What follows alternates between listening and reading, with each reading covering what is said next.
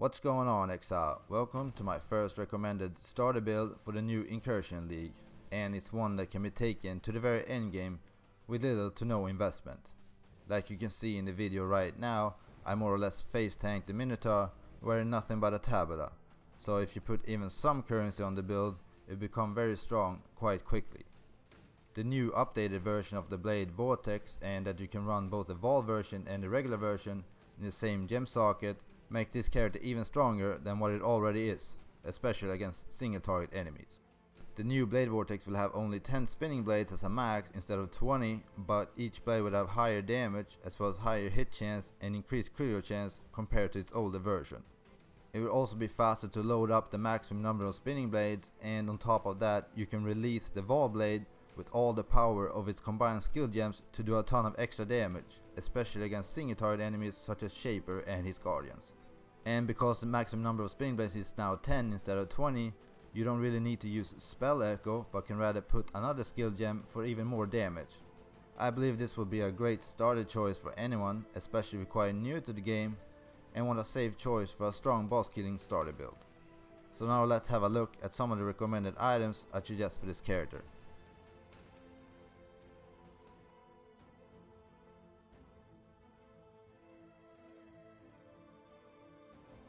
The unique items that I use for this build is Tabula Rasa, Maligora's Virtuosity, and Mute Wind Whisper Steps.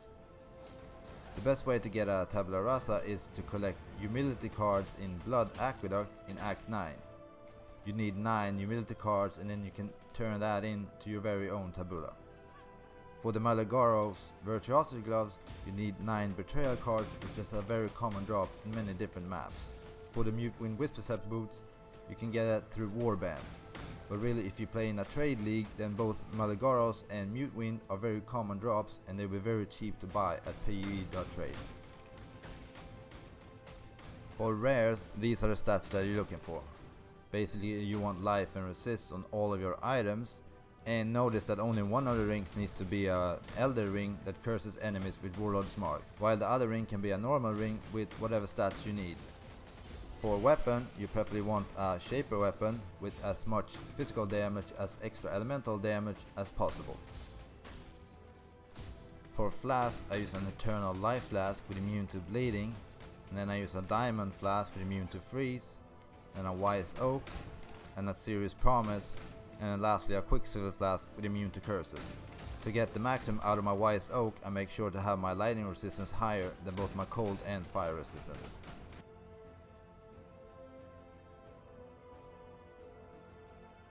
For my main skill setup, I use Vaal Blade Vortex, Physical to Lightning, Hypothermia, Controlled Destruction, Concentrated Effect, and Lightning Penetration.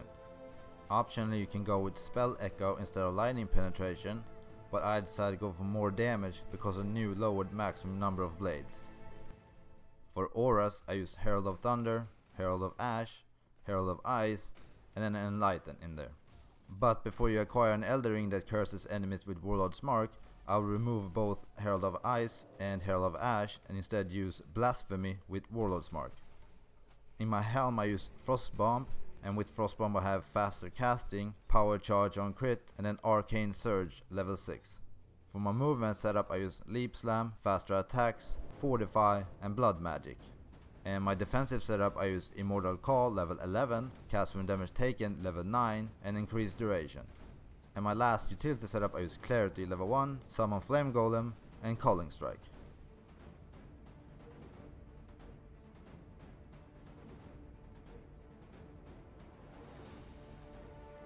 For skills, these are the progressions that I went with.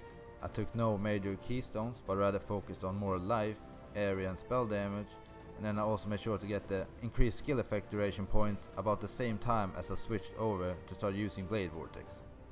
The final points I grabbed was the dual sockets and some extra lightning damage. For Ascendancy I went for Pendulum Obstruction for the increased AoE and elemental damage. And then I went for Mastermind of Discord for the increased effect of Heralds as well as the elemental damage penetration. Thirdly, I went with Shaper of Desolation, And then lastly, I went for a Beacon of Ruin that makes sure that whenever I shock an enemy, they take at least 20% increased extra damage. and this goes for Shaper and Eber Elder as well.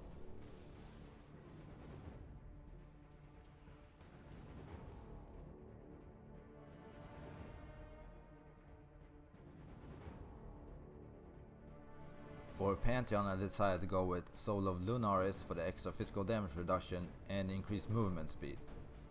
I also captured Sebret for the 5% chance to dodge attacks and spells, and captured Thraxia for the 10% chance to avoid projectiles.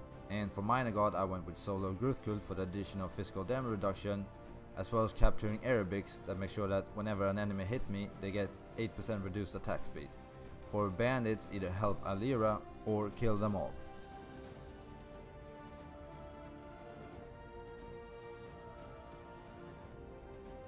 I started leveling with Frostbolt from level 1 and then combined that with Arcane Surge at level 4 and added cold damage at level 8. I switched to Blade Vortex already at level 12 and then made sure to get Potency of Will from the skill tree as soon as possible for the increased skill effect duration. Once you get to Act 9, you can start farming Blood Aqueducts for humility cards, as it's also a great leveling spot. Remember, you can reset the area by holding down Control while clicking either the portal or the map waypoint.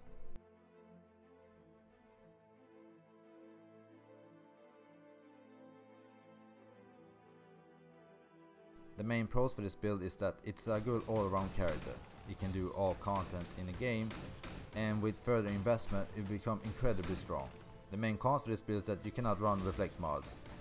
No leech map mods is quite annoying, and it's not the fastest map clearer in the world, even if it's a bit faster in 3.3 because of the higher damage per blade.